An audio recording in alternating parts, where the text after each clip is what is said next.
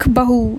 एक था बनिया, एक बार वह व्यापार के लिए प्रदेश जाने लगा। जाते जाते अपनी बहू को बुलाकर उसने कहा, मैं प्रदेश जा रहा हूँ, तुम अच्छी तरह रहना, बच्चों को भी संभालना और अपनी सास का भी अपने बच्चों की तरह देखभाल करना।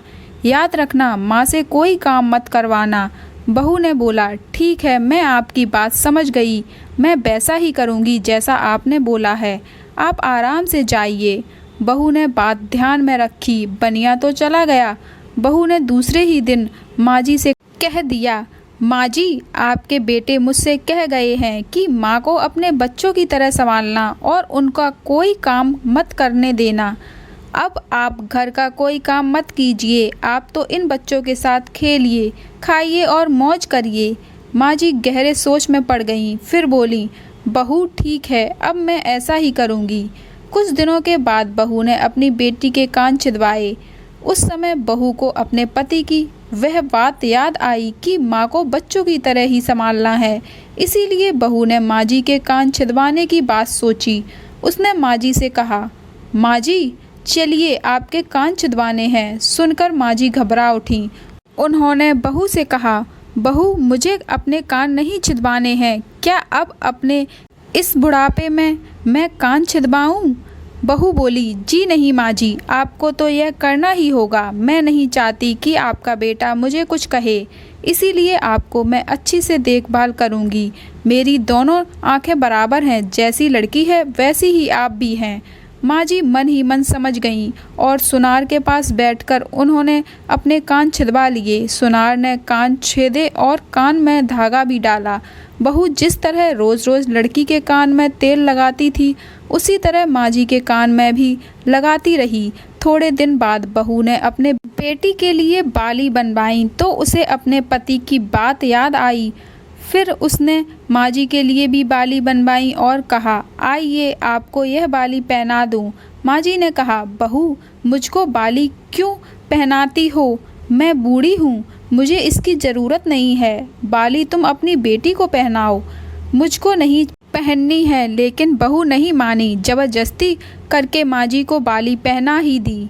उसके पश्चात माँ जी छोटे बच्चों के साथ अपना मनोरंजन करती, घूमती खेलती और कई तरह के मौज मस्ती करती।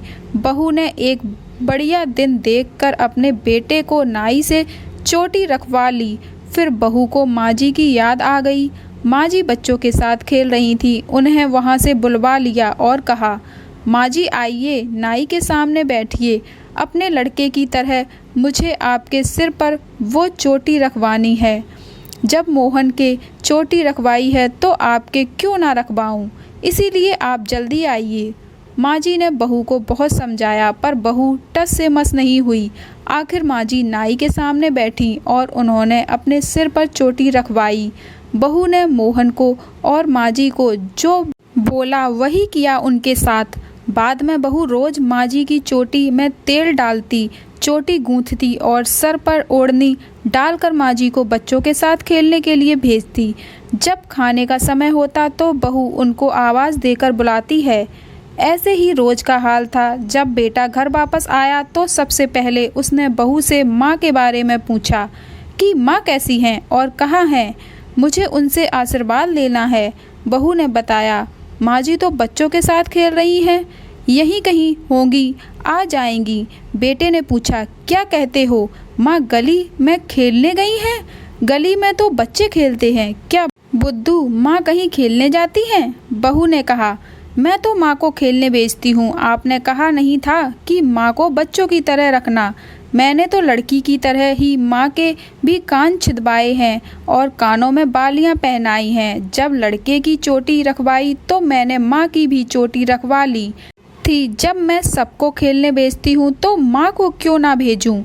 मुझको सबके साथ साथ एक सा व्यवहार करना चाहिए। पति समझ गया कि उसकी मूर्ख स्त्री की अकल का दिवाला निकल गया है। बाद में पति के कहने पर बहू ने माँ को पुकारा। माँ जी गली में से खेलती खेलती आईं और अपने बेटे को देखकर उनकी आंखों में आंसू छलक आए। माँ की हालत देखकर बेटा भी दुखी हो उठा। बहू की मूर्खता के लिए बेटे ने मां से माफ़ी मांगी और बहू को बड़ी उल्टी सीधी सुनाई। यह कहानी आपको कैसी लगी और इसी प्रकार की कहानियों को सुनने के लिए मेरे चैनल को सब्सक्राइब, लाइक एंड कमेंट करें। Thank you for watching.